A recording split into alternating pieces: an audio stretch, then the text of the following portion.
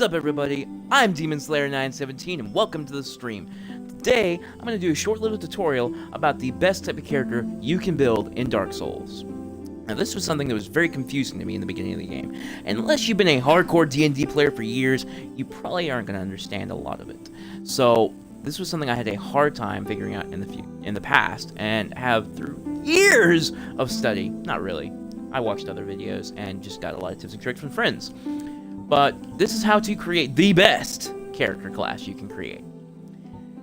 Alright, so first off, sex doesn't really matter. It really doesn't. That's just for look aesthetic. Don't worry about it too much. Class. This is where it really matters. So, you have your... Okay, screen was blurred for a second. You have your warrior class, which is a good starting class for a lot of people. It's really good for new players. If you've never played before, it's a very well-rounded class. He starts at level 4 and has, 11 vitality, all his stuff on the side there. So he starts out with good health. His endurance is pretty damn good too. His strength is really good. His dexterity is really good. And he's pretty much well-rounded on his stats. And I will get into the stats more detailed in a few minutes. But he's a well-rounded character, and he's great for first-time players. The Knight's even a little bit better in some ways. Now, he starts at level 5. Now, keep in mind, the reason I'm telling you about the levels here, I'll explain that in a minute, but it is important. He starts out with 14 vitality, which means he has a little bit of higher health than our warrior, but his endurance is a little less. It's only less by 2 points, but there are reasons why. He's going to start in heavy armor. Endurance will weigh down really quick. You're going to fly through it like crazy.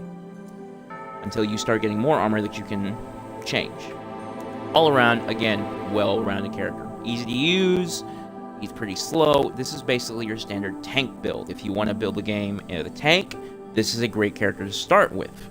Not my ideal character to start with, but a great character. Next we have the Wanderer. Is that right? Wanderer. Yes. Wanderer. Wanderer starts at level 3. Again, remember the levels. His stats are pretty well rounded for the most part, but his gear set is not the best for starting. This is more for an intermediate to advanced player. Okay? You can start if you're new, but you're going to have a little bit of a harder time in the beginning. Next is Thief. Now, Thieves start at level 5, Vitality 9, which means their health is so far the lowest out of these classes we've looked at. Endurance 9, again, really low. Now his Atonement is 11, so that's pretty damn good from the get-go. But again, the other stats, strength 9, dexterity is high, 15, so you can use bows and everything really easily early on, and even some heavier weapons if you bump your strength up. Resistance, don't worry about that too much. Intelligence, he could learn spells pretty easily from the get-go again.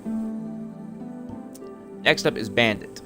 Bandit start at level 4, Vitality 12, so they have decent health to start out with.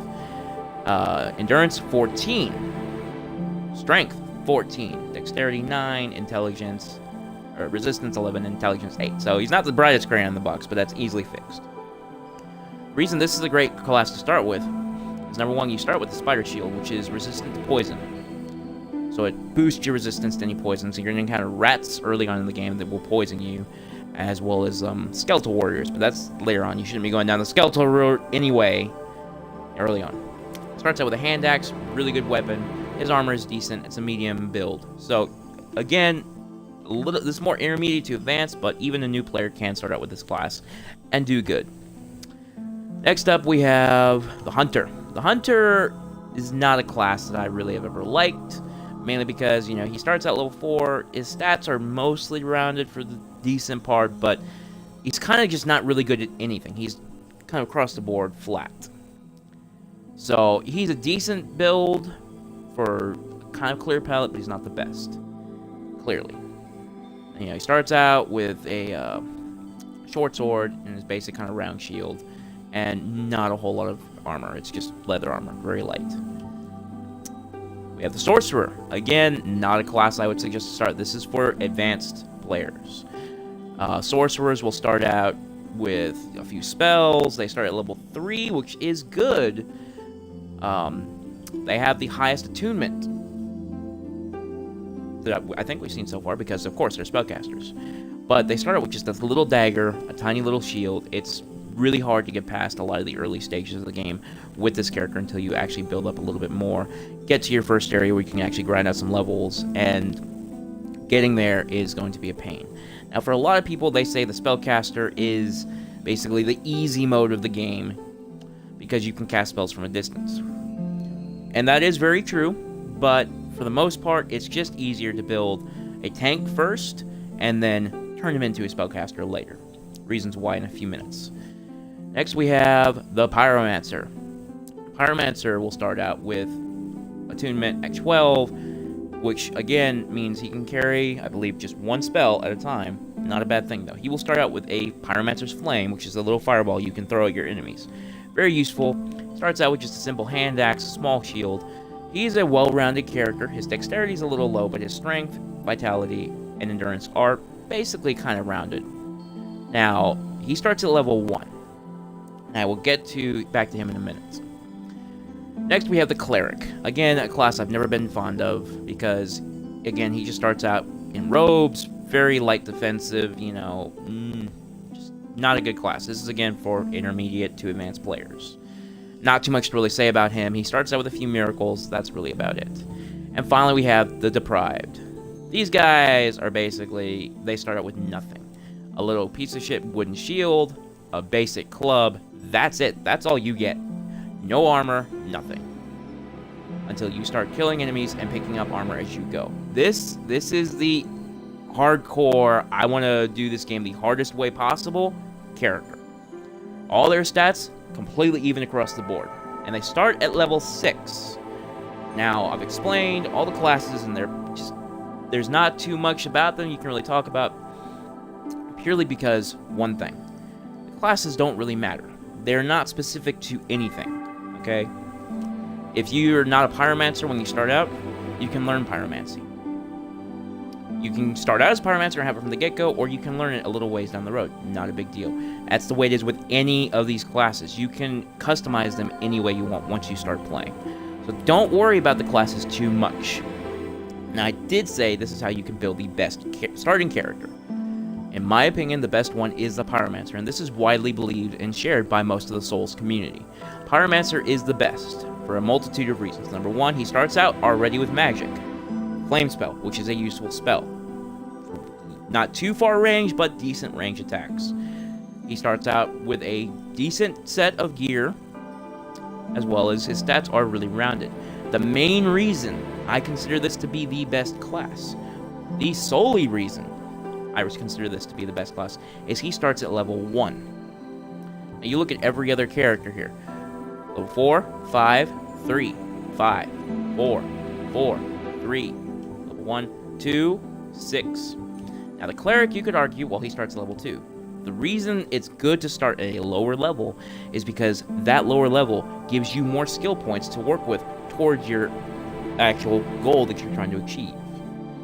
This game is not a game where you can sit there, build a character just kind of random, put skill points into random places, and expect to do good in it. This game will punish you if you do not know what you're doing in this area. So the Pyromancer starts out at level 1. That is the best possible character you can do, purely based on that. Now, this may be argued with me a lot. This is my opinion. You know, everybody has their personal favorite starting class. Pyromancer is my personal favorite, followed by the Bandit.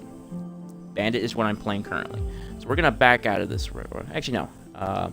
Gift. I almost forgot about the gift. Basically, all these are useless. Alright, every single one of these you can get in the game as pickups. Okay? The only gift that actually is useful from the get-go is the Master Key. Period. Because the Master Key will open up most locked doors.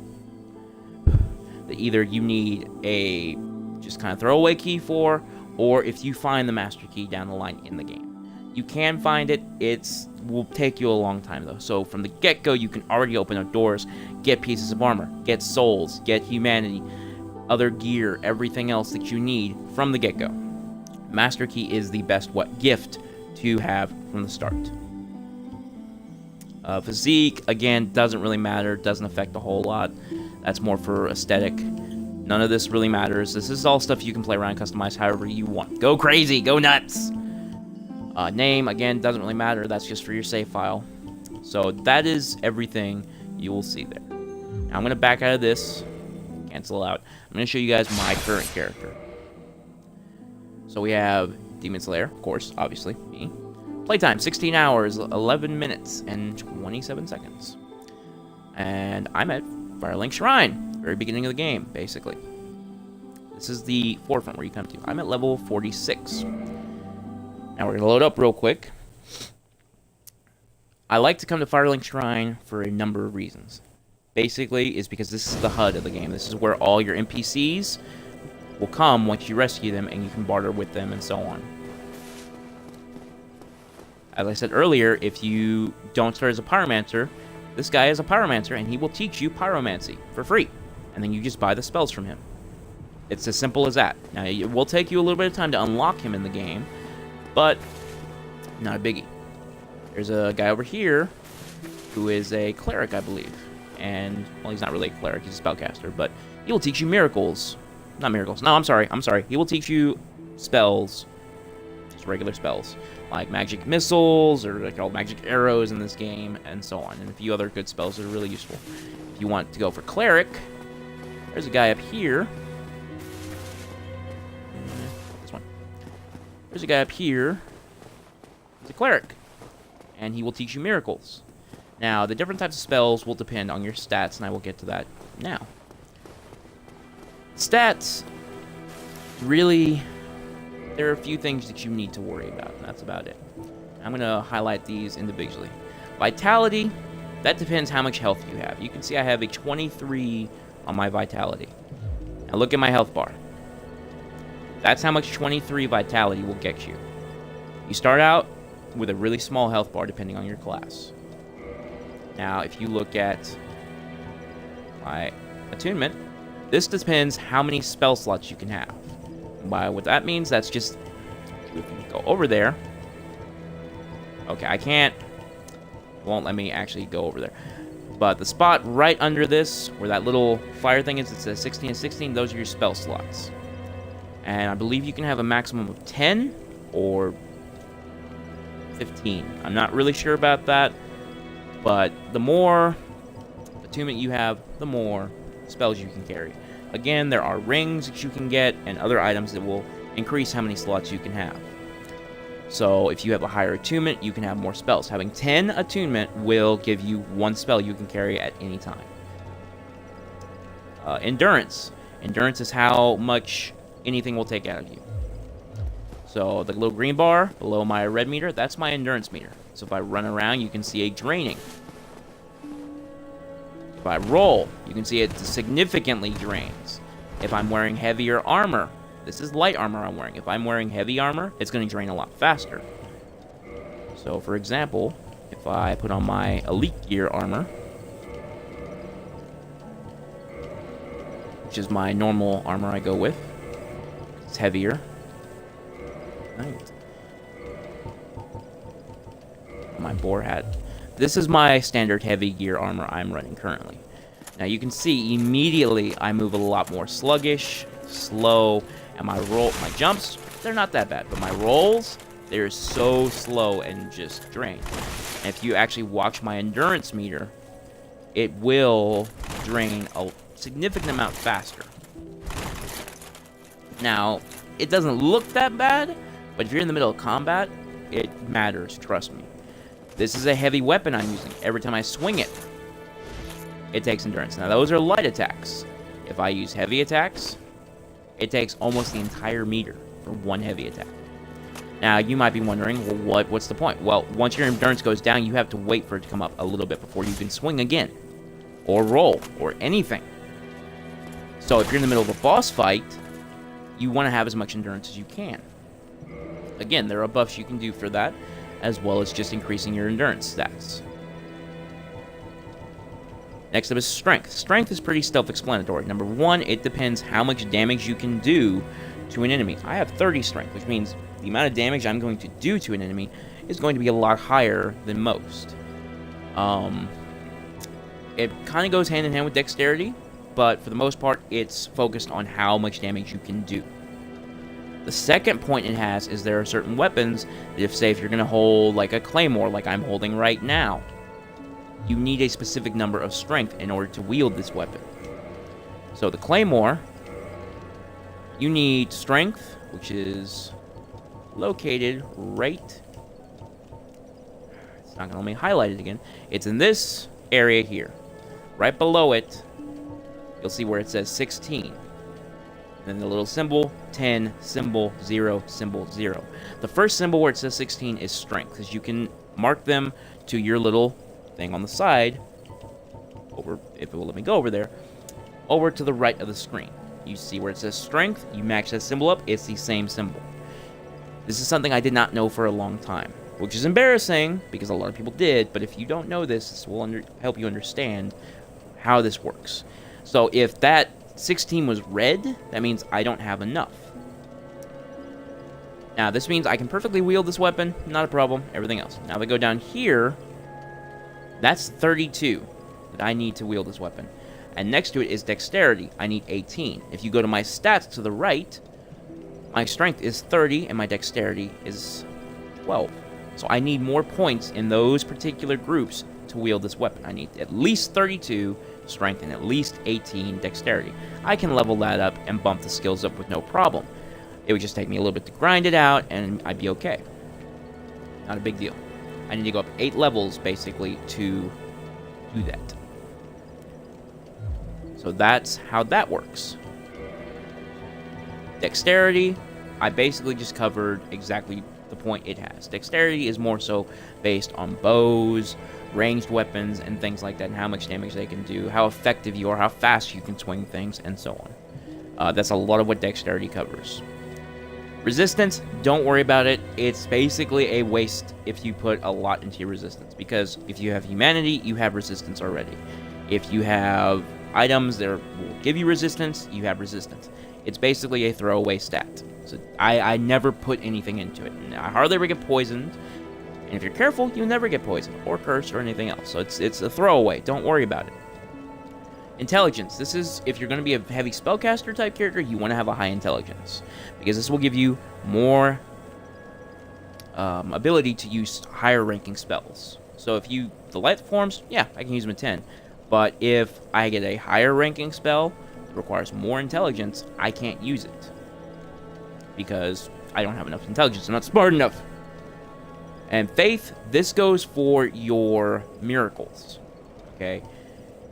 This is for spells, as well as pyromancy, I believe. This is for miracles. So healing, or other types of miracles that are protection, everything else. If you want to be a cleric type character and do with miracles type magic, you want high faith. So that's basically all your stats and what they do. And of course down here you have humanity, which this you don't ever do anything with in terms of on this screen leveling up. This just shows you how much humanity you have at the moment, which you will get by farming in the world. Of course here you have how many souls you have, what your level is, and so on. Now if we go over to the bonfire, if we were actually going to level up, you can see here, you can go down to each one of these. You can't go to humanity because you're not going to do anything with it. You go left and right. If I had the ability to level up right now, which I don't, because where it says required souls, I don't have that right now. I can farm it, build up, and level up. Each time you level up, you get 1 skill point to spend. And you can spend it on any one of these items. So if you want to build a tank character, you want high vitality, high endurance, high strength, and decent dexterity. That's your basic tank. If you want to build a spellcaster, of course, you're going to want high intelligence, high attunement, and depending on the type of spellcaster, maybe high faith, and so on. So that's how you would do that. To attune your magic, which basically means, right now, I have the Pyromancer spell set. Combustion. Point blank, fire attack. It's really good, and it's probably my favorite Pyromancer spell at the moment. The top little area here that I'm clicking on, that's the spell I have selected right now. I only can have 1 spell at a time. If I could have more, if I tap it, it would go to the next spell. Back and forth. Now, the Pyromancer's Flame is the item you have to have in order to use Pyromancy. If you don't have it, you're not going to be able to use it immediately.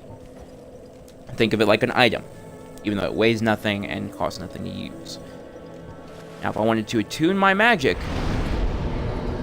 I go here, I select the spell I want to swap out, and I can go to any of these. And again, you can, where that says 12, I go over here, I match the symbol up, it's Faith. So I need 2 points on Faith in order to use this spell. It only takes up 1 slot, 5 uses. Heal is actually a decent spell to have because you can heal yourself more than your allotted Estus Flasks that you get for Bonfire. So that's how you can tell if you can use a spell or not. This one, Greater Soul Arrow. Intelligence. I need 14, I only have 10. So spells like these rely heavily on intelligence, whereas miracles rely more on faith. Pyromancy relies on neither. These are pyromancer spells. So you don't really need faith or intelligence to use them. It's a very low basic form of magic, but very effective. So, in conclusion, if you want the best character build, your best bet for a new Souls player is number 1. Start with a Pyromancer. You have the most skill points out of any class to spend to customize your character to begin with. Secondly, with a Pyromancer, you already have a good starting class because your skills are well-rounded. You've got good attack, good health, and good endurance, as well as already able to use magic. Secondly, you want to be able to, for your gift, get the Master Key. Bottom line, it's the only item that is worth anything for a gift. The next thing you want to focus on after that, once you have that class and everything's set, decide what type of character you actually want to build. If you want to go with a tank route, no problem. You're all at level 1. By the time you leave the asylum and you get to this spot here, you'll probably be level 2 or 3. No big deal. You start pumping stats into vitality, into endurance, into strength, and into dexterity if you want to run heavier weapons. Or even complicated weapons like staffs, spears, and so on. That's your basic tank class. That's one of my favorite classes. If you want to use spells, then focus on, again, depending what type of spells you want to use. For Pyromancer, I would say, well, you don't need to focus on any spell, specific category for Pyromancer. Pyromancy, rather. But if you want to broaden your horizon for spells, then I would suggest focusing on intelligence and faith. And faith is only if you're going to use cleric spells. Magic spells like that, like miracles. So far, I have not used too many of them. They're decent and all, but I haven't used too many. Another quick little tip here is if you're going to be using spells, you need... That's what I'm looking for. Yes. You need basically a staff, and you can buy this from, I believe, this guy over here. Not this specific one, but this will be your main guy to go to for getting spells in the early parts of the game. You can rescue him not too far in if you know how to find him. You can check out my playthrough of the game to see exactly where he is. So, talk to him and purchase item. You can buy all these different types of spells. I bought a good amount of them already. There you go. Okay, so it is the exact same scepter that you'll get from him. He has a couple of rings, no biggie. Goodbye, They're helpful in other ways. Safe. So what you will want to do, if you want to use spells like this, you want to attune your magic. Let's pop one of his spells in here. We'll do Soul Arrow. So you have Soul Arrow now here. You have your staff equipped. Press the attack button, and you launch the Soul Arrow. That's all there is to it. You can also bap somebody with it if they get too close, but it doesn't do a terrible amount of damage. So that's how you use any spell like this. I'll go to my magic again, so to switch to something else. We'll say... Oh, I need to do that. We'll say magic weapon.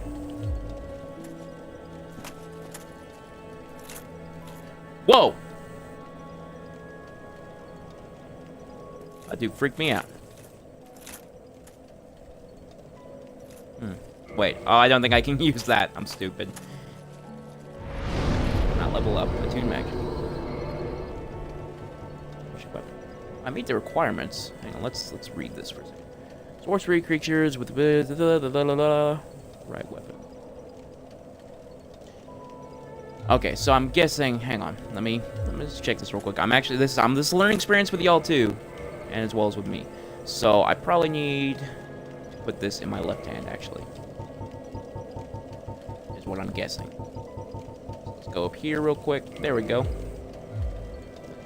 And pop out my thing. Nope, still isn't working. Okay, I'm doing something wrong there, but I'm not sure what it is. So, it could be because I'm using a divine weapon. Let me switch to just a regular weapon. There we go. Okay, that's the problem. Alright, so this is my just standard longsword. It's not enchanted. It doesn't have anything special about it. Press the bumper, and boom. Now I have a magic weapon. Yay. This will last for a few minutes, and then it will dissipate. So this will increase the amount of damage I do. You can actually then, if you want, equip your shield. So for the sake of argument, if I was running this build normally, what I would do is I would have a shield equipped, have this as a secondary. I'm trying to go in depth as much as I can here, guys. That's why I'm doing it. So what I would do is I would have, this would be my setup right here. Beep, beep, beep. If I was a sorcerer with a weapon, I would enchant the spell. I've already done it, but I would just beep, enchant, swap over the shield once it's enchanted, and there you go. You have an enchanted weapon while running a shield. Now this enchantment, as you can see, it's still going. It will last, I believe, for maybe 60 seconds, 2 minutes. Okay, well, that gives you right there. That's 60 seconds. So that's how I would run that. If I was running more spells, of course, I would have, say, the Pyromancer would be my second choice. So I would have a second spell listed right there. And I can flip over there, use a Pyromancer spell, flip over here, use that, as well as that. Do combo attacks from spellcasters. That's how you want to run a spellcaster in this game. So I'm just going to go ahead and take all this stuff off now since I'm not using it. Go ahead and tune back to my combustion spell. But basically, that's the basics of how you want to build a decent character for starting. The great thing about this game is the classes do not really depict much about how your character will end up in the in-game, basically. So, as I said, in closing, Pyromancer, Master Key, and then just focus on how you want to build your character from there, because that is the most solid block you will have. And this little tips and tricks video, this went more in depth than I thought it was going to. I hope you guys enjoyed it. I hope you got something out of it. You know, these were questions I had when I first started playing, and there was nobody to answer them for me. I tried looking things up, but again, I didn't even know what I was trying to look for. So these are things that I hope helped you, and I hope will give you more enjoyment out of the game, because for the past few years, I did not get any enjoyment out of playing this game. I tried it several times, didn't understand a lot to do with it. Now I do. I have a much deeper understanding of the game and understand how it works, the way it works, the reason why things are the way they are, and the science of the game in that aspect. And I am getting so much enjoyment out of it right now, and I want you guys to be able to get that same enjoyment. So if you like this video, please let me know. And let me know if it was helpful to you. Drop me a comment down below and let me know any other questions you have about the game, and if I can answer them, I will. So, guys, I've enjoyed making this video. I've been wanting to do it for a while. I'm so glad I finally got the chance to do it. If you stayed till the end, thank you guys so much for sticking through me with this. I know I kind of bumbled around a little bit, but that's me. So, if you're watching this on Twitch, why not follow me today to keep up to date with everything I'm doing? You can chat with me live while I'm playing video games, and we can build an awesome community. It's going to be awesome and cool. We can interact with each other, and it's going to be just awesome. There's no other way around it. If you're watching this on YouTube, why not why not subscribe today and become a part of the growing community that I'm working towards building? Hit that notification bell. That way, you're up to date with everything I'm doing as I'm doing it. If you're following me already on Twitch, why not subscribe to my YouTube channel? If you're subscribed to my YouTube channel, why not follow me on Twitch? That way, everything's blended, combined. That's what I want to do right now. Twitch and YouTube are two separate communities. I want to bring them together, because That's the point of this channel. I want to bring everybody together. We're gamers. There should be no differences between us. If you like this video, pound the like button. That way I know that you liked it. Otherwise, we're all kind of sitting around awkward, and I don't know if you liked the video, and I don't know if you want me to make more, and it's just weird. So avoid all that awkwardness. There's enough awkwardness in the world already. Just avoid that. Hit the like button. Leave me a comment down below to let me know what you thought of the video. As well as anything else you'd like to know about the game, any other games I'm playing, games you'd like to see me play in the future, anything else. Or just say hi.